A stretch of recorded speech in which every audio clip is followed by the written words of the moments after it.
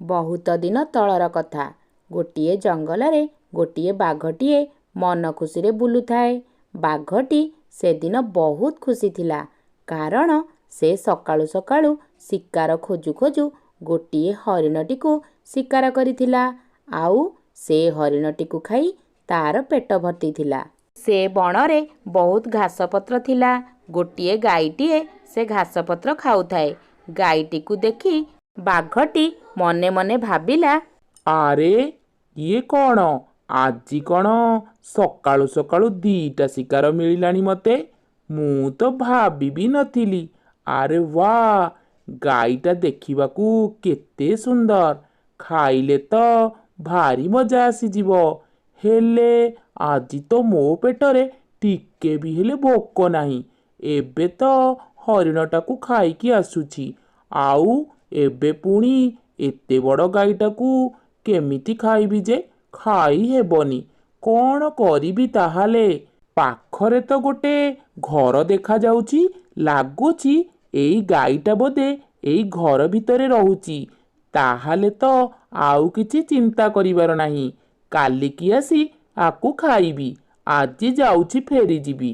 କାଲି ସକାଳୁ ନିଦ ଭାଙ୍ଗୁ ଭାଙ୍ଗୁ ଏଠାକୁ ଆସିବି।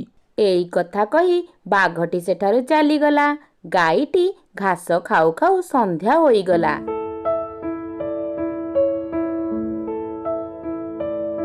ମୋ ଭାଗ୍ୟରେ ବୋଧେ ଭଲ ଖାଦ୍ୟ ନାହିଁ। ସବୁଦିନ ଏଇ ଖାଇବା ଗୁଡ଼ା ଆଉ କେତେ ଖାଇବି ଯେ? ମୋର ତ ଟିକେ ତୋରାଣୀ, ଭୁସି, କୁଣ୍ଡା, ଚୋକଡ଼ ଏସବୁ ଖାଇବାକୁ ଭାରି ଇଚ୍ଛା ହେଉଛି। ହେଲେ ମୁଁ ଏଗୁଡ଼ାକ କୋଉଠୁ ପାଇବି ଯେ? ଗାଁ ଭିତରକୁ ତ ଗଲେ ଗାଁ ଲୋକ ମୋତେ ମାରିବାକୁ ଗୋଡ଼ଉଛନ୍ତି। ମୁଁ ଜମାରୁ ହେଲେ ସ୍ୱାଧୀନ ଭାବେ ବଞ୍ଚି ପାରୁନାହିଁ। କ'ଣ କରିପାରିବି ଯେ ମୁଁ ଆଉ? ସାଙ୍ଗେ ସାଙ୍ଗେ ସନ୍ଧ୍ୟା ହୋଇଯିବା କାରଣରୁ ଗାଈଟି ତାର ଘର ଭିତରକୁ ଚାଲିଗଲା। ତା ପରଦିନ ସକାଳେ ଗାଈଟି ଘାସ ଖାଉଥିଲା, ଆଉ ବାଘଟି ସେହି ସମୟରେ ଗାଈଟିକୁ ଖାଇବା ପାଇଁ ଆସି ପହଞ୍ଚିଗଲା। କିରେ ଗାଈ, ଘାସ ଖାଉଛୁ ନା କ'ଣ? ହଁ ବାଘ ମାମୁଁ, ଘାସ ଖାଉଛି। ଦେଖୁଛ ପରା, ଘାସ ଗୁଡ଼ା କେତେ ବଡ଼ ବଡ଼ ହୋଇଗଲାଣି। ଓହୋ, ଆଚ୍ଛା। ଏଇ ଗାଈଟାକୁ ଖାଇବାକୁ ହେଲେ ପ୍ରଥମେ ୟାକୁ ମାରିବାକୁ ପଡ଼ିବ। ତାପରେ ପୁରା ସହଜରେ ଆକୁ ଖାଇପାରିବି। ହେଲେ କେମିତି ଯେ ଆଗ ଷ୍ଟାର୍ଟ କରିବି? କ'ଣ ଭାବୁଛ ବାଘ ମାମୁଁ? ନା ନା, କିଛି ଭାବୁନି ଯେ। ହେଲେ ଭାବୁଛି ଖାଲି, ତୁ ଏଇ ଜଙ୍ଗଲରେ ଏକା ଏକା କ'ଣ କରୁଛୁ? ତୋର ବନ୍ଧୁବାନ୍ଧବ ସବୁ କୋଉଠି? ମୁଁ ଦେଖୁଛି ତୋର ମାଲିକଟା ପୁରା ବୋକାଟା। ତତେ ଏଇ ଜଙ୍ଗଲରେ ଏକା ଛାଡ଼ି ଦେଇ ପଳେଇଛି। ଆରେ ବାଘ ମାମୁଁ, ମୋର ବନ୍ଧୁବାନ୍ଧବ ସମସ୍ତେ ମାଲିକ ପାଖରେ ଗାଁ ଭିତରେ ରହୁଛନ୍ତି। ଆଉ ମୁଁ ରାଗିକି ଏକା ଏକା ଚାଲି ଆସିଛି ଏଇ ଜଙ୍ଗଲ ଭିତରକୁ। ହେଲେ କ'ଣ ପାଇଁ ତୁ ଏକା ଏକା ଚାଲି ଆସିଲୁ? ଜାଣିଛ ବାଘ ମାମୁଁ, ମୋ ମାଲିକଟା ନା ପୁରା ଦୁଷ୍ଟ ଲୋକଟା। ଆମଠୁ କ୍ଷୀର ନେଇ ବଜାରରେ ବିକ୍ରି କରେ। ହେଲେ ଆମକୁ ଖାଦ୍ୟ ଖାଇବାକୁ ପୁରା ଅଳ୍ପ ଦିଏ। ଆଉ ଆମଠୁ ଯେତେବେଳେ କ୍ଷୀର କମ୍ ବାହାରେ ତ ସେ ଆମକୁ ଜୋରେ ବାଡ଼ାବାଡ଼ି କରେ। ଏହି ଅତ୍ୟାଚାର ଆଉ ସହି ହେଲାନି। ସେଥିପାଇଁ ମୁଁ ଏଇ ଜଙ୍ଗଲକୁ ପଳେଇ ଆସିଲି। କିନ୍ତୁ ତୁ ପଳେଇ ଆସି ବହୁତ ବଡ଼ ଭୁଲ କରିଦେଇଛୁ। କାହିଁକି ବାଘ ମାମୁଁ? ମୁଁ କ'ଣ ଭୁଲ କଲି କି? ତୁ ଜାଣିନୁ, ଏଇ ଜଙ୍ଗଲରେ ବହୁତ ହିଂସ୍ର ପଶୁ ଅଛନ୍ତି। ସେମାନେ କେତେବେଳେ ହେଲେ ତତେ ମାରି ଖାଇଯିବେ। ତା ଛଡ଼ା ତୁ ତ କେବେ ନା କେବେ କାହାର ଗୋଟେ ଖାଦ୍ୟ ହେବୁ। ତୁ ଗୋଟେ କାମ କର, ତୁ ମୋର ଖାଦ୍ୟ ହୋଇଯା। ଏ କ'ଣ କହୁଛ ବାଘ ମାମୁଁ? ହଁ, ମୁଁ ତତେ ମାରି ତୋର ମାଂସ ଖାଇଯିବି, ବୁଝିଲୁ? ଗାଈଟି ଭାରି ଚାଲାକ ଥିଲା। ସେ ତାର ବୁଦ୍ଧି ଖଟେଇ କହିଲା, ଆଚ୍ଛା ବାଘ ମାମୁଁ, ତୁମେ ଯଦି ମୋତେ ଖାଇବ ତାହେଲେ କେତେ ଦିନ ପର୍ଯ୍ୟନ୍ତ ଖାଇବ? ଏଇ ଧର 3-4 ଦିନ ଧରି ଖାଇବି। ତୁମେ ଯଦି ଆଉ 2-3 ଦିନ ଅପେକ୍ଷା କରିବ ତାହେଲେ ତୁମେ ମୋତେ ମାସେ ପର୍ଯ୍ୟନ୍ତ ଖାଇପାରିବ। ଏ କ'ଣ କହୁଛୁ ତୁ? ତୁ କ'ଣ ପାଗଳ ହୋଇଗଲୁ କି? ତୋର ମୁଣ୍ଡ କାମ କରୁନି ନା କ'ଣ? ଆରେ ବାଘ ମାମୁଁ, ତୁମେ ଆଗ ମୋ କଥାଟା ଶୁଣ। ତୁମକୁ ଗାଁ ଲୋକ ସମସ୍ତେ ଭୟ କରନ୍ତି, କାରଣ ତୁମେ ହେଲ ହିଂସ୍ର ପ୍ରାଣୀ ଆଉ ମୁଁ ହେଲି ଗୃହପାଳିତ ପଶୁ। ମତେ ଗାଁ ଲୋକ ଦେଖିଲେ ବାନ୍ଧିକି ରଖିଦେବେ। ତୁମେ ଗୋଟେ କାମ କର, ଗାଁ ଭିତରକୁ ଯାଇ ଲୋକଙ୍କ ଘର ଭିତରୁ କୁଣ୍ଡା, ଭୁସି, ଚୋକଡ଼ ସବୁ ନେଇ ଆସ। ଆଉ ମୁଁ ସେଇ ସବୁ ଖାଦ୍ୟକୁ ଖାଇ ବହୁତ ଟିକେ ମୋଟା ସୋଟା ହୋଇଯିବି, ଆଉ ମୋ ଶରୀରରେ ବହୁତ ମାଂସ ହେଇଯିବ। ତାପରେ ତୁମେ ମତେ 1 ମାସ ପର୍ଯ୍ୟନ୍ତ ଖାଇପାରିବ। ମୁଁ ଗାଁ ଭିତରେ ପଶି ଚୋରି କରିବି? ହଁ, ତୁ କ'ଣ ଯାହା ସବୁ କହିଲୁ ସବୁ ସତ କଥା? ହଁ ବାଘ ମାମୁଁ, ମୁଁ ଯାହା ସବୁ କହିଲି ସବୁ ସତ କଥା। ତୁମେ କ'ଣ ଜାଣିନ କି ସେଇ କୁଣ୍ଡା ଭୁସି ସବୁ ଖାଇ ଗାଈମାନେ କେତେ ଅଧିକ କ୍ଷୀର ଦିଅନ୍ତି ତ? ତା ମାନେ ସେଥିରେ କେତେ ପୁଷ୍ଟି ଅଛି ତୁମେ ଜାଣିନ? ହଁ ଯେ, ଠିକ୍ କଥା, ସବୁ ବୁଝିଲି ମୁଁ ଯାଇଥିବା ବେଳେ ତୁ ଯଦି ଏଠାରୁ ପଳାଉ? ନା ନା ବାଘ ମାମୁଁ, ମୁଁ ତ କୁଆଡ଼େ ଯିବିନି। ମୁଁ ତ ଦିନବେଳା ଏଇ ଜଙ୍ଗଲରେ ବୁଲି ବୁଲି ଘାସପତ୍ର ଖାଏ, ଆଉ ସନ୍ଧ୍ୟା ହୋଇଗଲେ ଏଇ ଯୋଉ ଘର ଦେଖୁଛ, ଏଇଠାରେ ହିଁ ମୁଁ ରୁହେ। ଠିକ୍ ଅଛି, ତୋ ଉପରେ ମୋର ପୁରା ବିଶ୍ୱାସ ଅଛି। ତାହେଲେ ମୁଁ ତୋ ପାଇଁ ଭୁସି, କୁଣ୍ଡା ସବୁ ନେଇ ଆସୁଛି। ଏଇ କଥା କହି ବାଘଟି ଗାଁ ଭିତରକୁ ଗଲା। ଆଉ କୁଣ୍ଡା ଭୁସି ସବୁ ବସ୍ତାରେ ବସ୍ତାଟେ ବୋହି ନେଇ ଆସିଲା। ଏଇ ନେ, ତୋ ପାଇଁ ଭୁସି ନେଇ ଆସିଛି। ତୁ ଆଜିଠାରୁ ହିଁ ଖାଇବା ଆରମ୍ଭ କରିଦେ। ମୁଁ କାଲି ପୁଣି ତୋ ପାଇଁ ନେଇ ଆସିବି। ଏହା କହି ବାଘଟି ସେଠାରୁ ଚାଲିଗଲା। ବୋକା ବାଘ, ମୁଁ ତ ଏବେ ଏଗୁଡ଼ାକ ଜମାରୁ ଖାଇବି ନାହିଁ। ତୁ ଯାହା ସବୁ ଆଣିବୁ ତାକୁ ମୁଁ ସବୁ ଏଇ ଘରେ ଜମା କରି ରଖିବି, ତାପରେ ଧୀରେ ଧୀରେ ଖାଇବି। ଏହା କହି ଗାଈଟି ସେଇ ଖାଦ୍ୟକୁ ତାର ଘର ଭିତରକୁ ନେଇ ଆସିଲା ଆଉ ତାକୁ ଲୁଚେଇ ରଖିଲା। ତା ପରଦିନଠାରୁ ସବୁଦିନ ସେ ବୋକା ବାଘଟି ଗାଈ ପାଇଁ ଗାଁ ଭିତରୁ ଯାହା ସବୁ ଖାଇବା ନେଇ ଆସୁଥାଏ, ଆସ୍ତେ ଆସ୍ତେ ଗାଈଟି ସେ ଖାଦ୍ୟକୁ ନ ଖାଇ ଘରେ ତାକୁ ସାଇତିକି ରଖିଲା। ତାପରେ ଗୋଟିଏ ଦିନ ବାଘଟି ସେଠାକୁ ଆସିଲା ଆଉ କହିଲା, କିରେ, ତତେ ଏତେ ସବୁ ଖାଇବା ଦେଲି, ହେଲେ ତୁ କ'ଣ କିଛି ବି ହେଲେ ମୋଟା ସୋଟା ହେଲୁନି? ଆରେ ବାଘ ମାମୁଁ, କ'ଣ ଯେ କହୁଛ ତୁମେ? ଖାଇବା ସାଙ୍ଗେ ସାଙ୍ଗେ କ'ଣ ମୁଁ ମୋଟା ହୋଇଯିବି କି? 2 କି 3 ଦିନ ସମୟ ଲାଗିବ। ତୁମେ ପରଦିନ ଆସ, ଦେଖିବ ମୁଁ କେତେ ମୋଟା ହୋଇଯାଇଥିବି। ତାପରେ ମତେ ଖାଇବ। ଠିକ୍ ଅଛି, ମୁଁ ତାହେଲେ ଆସୁଛି। ଏହା କହି ବାଘଟି ସେଠାରୁ ଚାଲିଗଲା। ଏପଟେ ଗାଈଟି ଘର ଭିତରକୁ ପଶି କବାଟଟି ଭଲ କରି ବନ୍ଦ କରିଦେଲା, ଯେମିତିକି ବାଘଟା ଭାଙ୍ଗି ନପାରେ। ଆଉ ବାଘଟି ଯେତିକି ଖାଦ୍ୟ ଖାଇବା ପାଇଁ ଆଣିଛି, ପ୍ରାୟ ମାସେ ଯାଏଁ ତାର ଆରାମରେ ଖାଇବ। ତାକୁ ଆଉ ଘର ଭିତରୁ ବାହାରକୁ ଯିବାକୁ ପଡ଼ିବନି। 2 ଦିନ ପରେ ସେଇ ବୋକା ବାଘଟି ପୁଣି ଆସିଲା ଆଉ ଆସି ଦେଖିଲା ଗାଈଟି ବାହାରେ ନାହିଁ, ଆଉ କବାଟଟି ଦିଆ ହୋଇଛି। କିରେ, ତୁ କୁଆଡ଼େ ଗଲୁ? ବାହାରକୁ ବାହାରି ଆସେ। ସାଙ୍ଗେ ସାଙ୍ଗେ ଗାଈଟି କହିଲା, ନାଇଁ ନାଇଁ ବାଘ ମାମୁଁ, ମୁଁ ବାହାରକୁ ଆସିପାରିବି ନାହିଁ। ବାହାରକୁ ଗଲେ ତୁମେ ମତେ ଖାଇଦେବ। ତୋ ସହିତ କ'ଣ କଥା ହୋଇଥିଲା? ତୁମ ସହିତ ଯାହା ବି କଥା ହେଇଥାଉ, ମୁଁ ବାହାରକୁ ଯାଇପାରିବି ନାହିଁ। ମୁଁ ମୋର ନିଜ ଜୀବନକୁ ବଞ୍ଚେଇବା ପାଇଁ ଏମିତି କରିଛି। ତା ମାନେ ତୁ ବାହାରକୁ ଆସିବୁନି? ନା ବାଘ ମାମୁଁ, ମୁଁ ଆସିପାରିବିନି। ଠିକ୍ ଅଛି, ତାହେଲେ ତୁ ଥା ସେ ଘର ଭିତରେ। ମୁଁ ଏଇ ବାହାରେ ହିଁ ବସିଲି, ଦେଖିବି ତୁ କେତେ ଦିନ ପର୍ଯ୍ୟନ୍ତ ସେ ଘର ଭିତରେ ରହିପାରିବୁ। ତାପରେ ବାଘଟି ସେଇ ଘର ସାମ୍ନାରେ ବସିକି ରହିଲା। 1 ଦିନ, 2 ଦିନ, 3 ଦିନ, ଏମିତି 10 ଦିନ ପର୍ଯ୍ୟନ୍ତ ବାଘଟି ସେଠି ବସିକି ରହିଲା। ଗାଈଟି ସେ ଘର ଭିତରେ ଖାଇ ପିଇ ଶୋଇ ତାର କିଛି ବି ହେଲେ ଚିନ୍ତା ରହିଲା ନାହିଁ, କାରଣ ତା ପାଖରେ ଖାଦ୍ୟ ପୁରା ଭରପୁର ଅଛି। ଏପଟେ ବାଘଟିର ଅବସ୍ଥା ପୁରା ଖରାପ। ବିଚରା ନ ଖାଇ 10 ଦିନ ହେଲାଣି ବସିଛି। ସେ ବହୁତ ଅସୁସ୍ଥ ହୋଇପଡ଼ିଲାଣି। ତାପରେ ବାଘଟି ବୁଝିପାରିଲା ଯେ ଗାଈଟି ଆଉ ଘରୁ ବାହାରିବ ନାହିଁ। ସେ ଭାବିଲା, ମୁଁ ଯଦି ଆଉ 1 କି 2 ଦିନ ରହିବି ତାହେଲେ ମରିଯିବି। ତାପରେ ବାଘଟି ଗାଈର ଆଶା ଛାଡ଼ି ଦେଇ ଜଙ୍ଗଲ ଭିତରକୁ ଚାଲିଗଲା। ଅନେକ ଦିନ ତଳର କଥା। ଗୋଟିଏ ଜଙ୍ଗଲରେ ଗୋଟିଏ ହରିଣଟିଏ ରହୁଥିଲା। ସେ ଦେଖିବାକୁ ବହୁତ ସୁନ୍ଦର ଥିଲା, ଆଉ ତାର 2ଟି ବହୁତ ସୁନ୍ଦର ଶିଙ୍ଗ ବି ଥିଲା। ଗୋଟିଏ ଦିନ କ'ଣ ହେଲା, ଜଙ୍ଗଲରେ ତ ବୁଲି ବୁଲି ବହୁତ ସାରା ଘାସ ଖାଇସାରିଲିଣି। ମତେ ଜୋରେ ଶୋଷ ଲାଗିଲାଣି। ଯାଉଛି ଟିକେ ପାଣି ପିଇ ଦେଇ ଆସିବି। ପାଖରେ ତ ନଦୀ ବି ଗୋଟିଏ ଅଛି। ଯାଉଛି ସେଇଠାରେ ହିଁ ପାଣି ପେଟେ ପିଇ ଦେଇ ଆସିବି।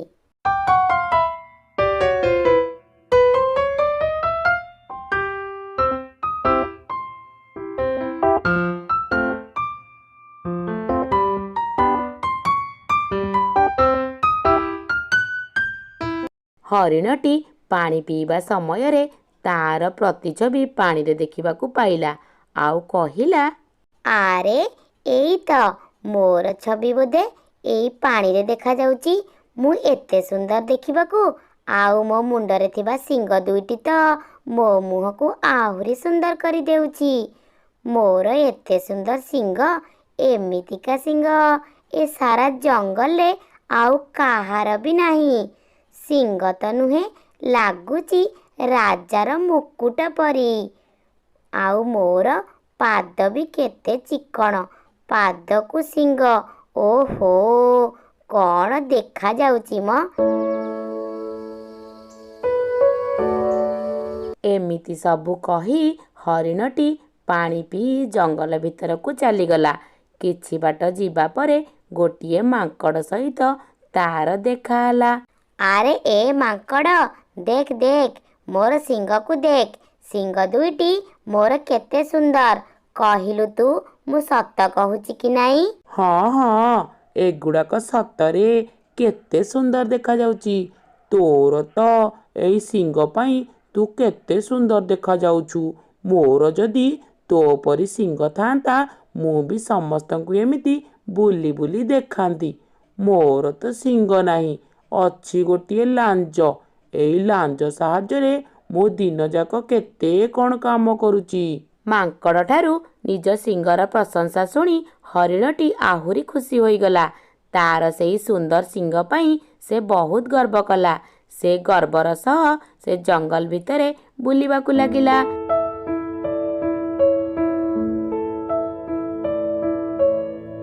ଯାଉ ଯାଉ ବାଟରେ ତାର ଶିଆଳ ସହିତ ଦେଖା ହେଲା।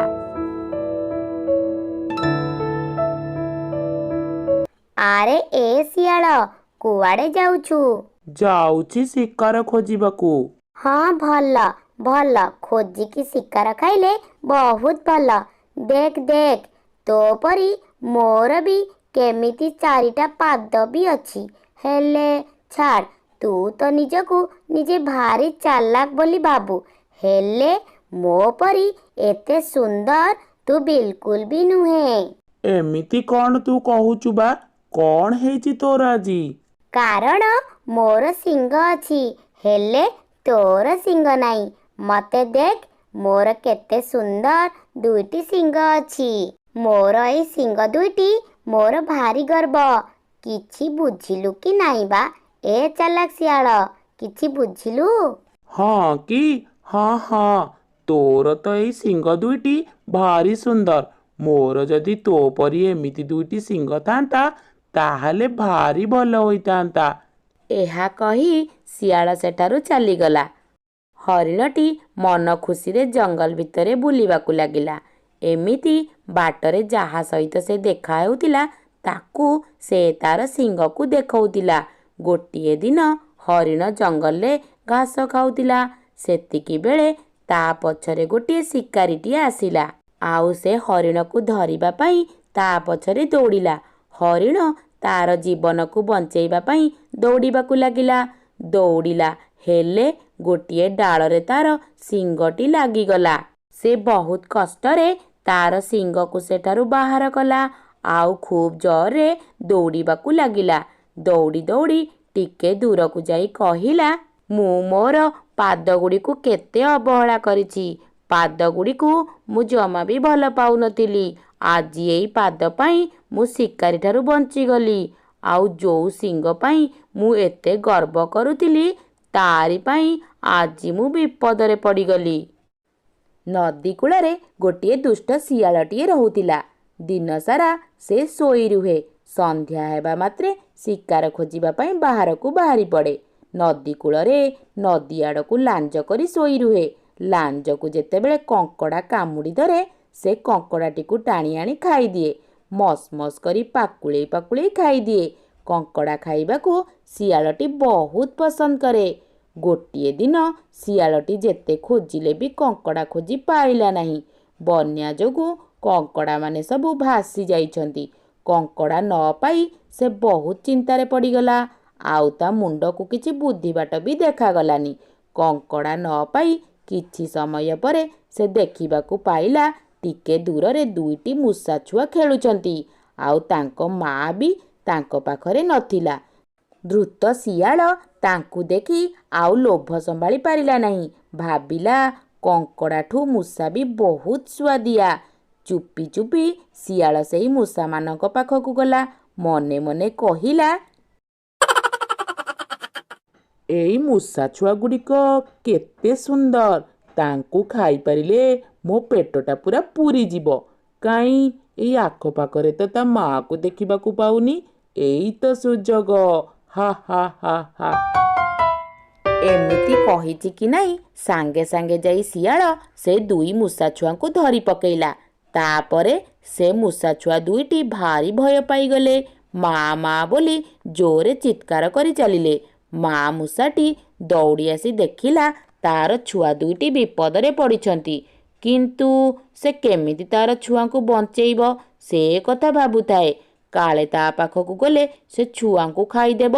ପିଲାମାନଙ୍କର ଏମିତି ବିପଦ ଦେଖି ଭାରି ଚିନ୍ତାରେ ପଡ଼ିଗଲା।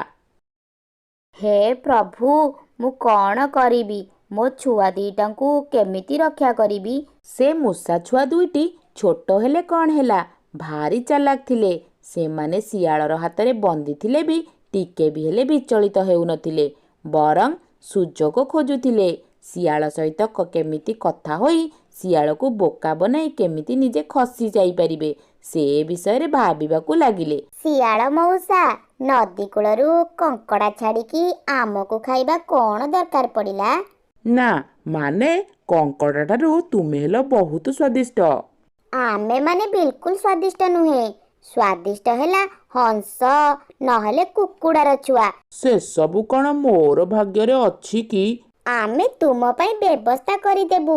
ଆଉ ଆମକୁ ଯଦି ଖାଇବ, ତୁମର ପେଟ କିଛି ବି ହେଲେ ପୂରିବ ନାହିଁ। ସେ ଧୂର୍ତ୍ତ ଶିଆଳ ମୂଷାଛୁଆଙ୍କ କଥା ଶୁଣି ପୁରା ଆଶ୍ଚର୍ଯ୍ୟ ହୋଇଗଲା। ଆଉ ହଂସ ଓ କୁକୁଡ଼ାର ଛୁଆମାନଙ୍କୁ ଖାଇବା ପାଇଁ ଲୋଭ ବି ତାର ଆସିଗଲା। ଆଚ୍ଛା, ତୁମେମାନେ କେମିତି ବ୍ୟବସ୍ଥା କରିବ ମୋ ପାଇଁ, କୁହ ତାହେଲେ। ଆମେ ତୁମକୁ ଜଣଙ୍କ ବାଡ଼ିକୁ ନେଇଯିବୁ। ଆଉ ସେଠାରେ ତୁମେ ଆରାମରେ ହଂସ ଓ କୁକୁଡ଼ାର ଛୁଆକୁ ଖାଇପାରିବ। ଯେତେ ପାରିବ ସେତେ ଖୁସି ଖୁସିରେ ଖାଇପାରିବ। ଶିଆଳ ସେ ମୂଷାଛୁଆ ଦୁଇଟିର କଥାକୁ ବିଶ୍ୱାସ କଲା, ଆଉ ତାଙ୍କୁ ଛାଡ଼ିଦେଲା। ଆଉ ସେମାନେ ଦୌଡ଼ି ତାଙ୍କ ମା ପାଖକୁ ଚାଲିଗଲେ। ମା ମୂଷାଟି ପିଲାମାନଙ୍କୁ ପାଇ ପୁରା ଖୁସି ହୋଇଗଲା। ତାପରେ ସେ ତାର ଛୁଆ ଦୁଇଟିକୁ କହିଲା, ତୁମେମାନେ ତ ଶିଆଳକୁ ଯୋଉ କଥା କହିଲ, ତାର କ'ଣ କରିବ ପିଲାମାନେ? ତୁମେ ସେସବୁ କଥା ବିଲକୁଲ ଚିନ୍ତା କରନି ମା। ତୁମେ ବସାକୁ ଫେରିଯାଅ। ଆମେ ଶିଆଳକୁ ତାର ଖାଇବା ଦେବା ପାଇଁ ତାକୁ ସେ ବାଡ଼ିରେ ଛାଡ଼ି ଦେଇ ଆସୁଛୁ। ତାପରେ ଶିଆଳକୁ ସାଙ୍ଗରେ ନେଇ ମୂଷାଛୁଆ ଦୁଇଟି ଜଣକ ବାଡ଼ିରେ ଯାଇ ପହଞ୍ଚିଲେ। କିଛି ସମୟ ଚାଲିବା ପରେ ଯାଇ ସେଠାରେ ପହଞ୍ଚିଗଲେ। ଶିଆଳ ମଉସା, ହେଇ ଦେଖ କେତେ ହଂସ ଆଉ କୁକୁଡ଼ାର ଛୁଆ।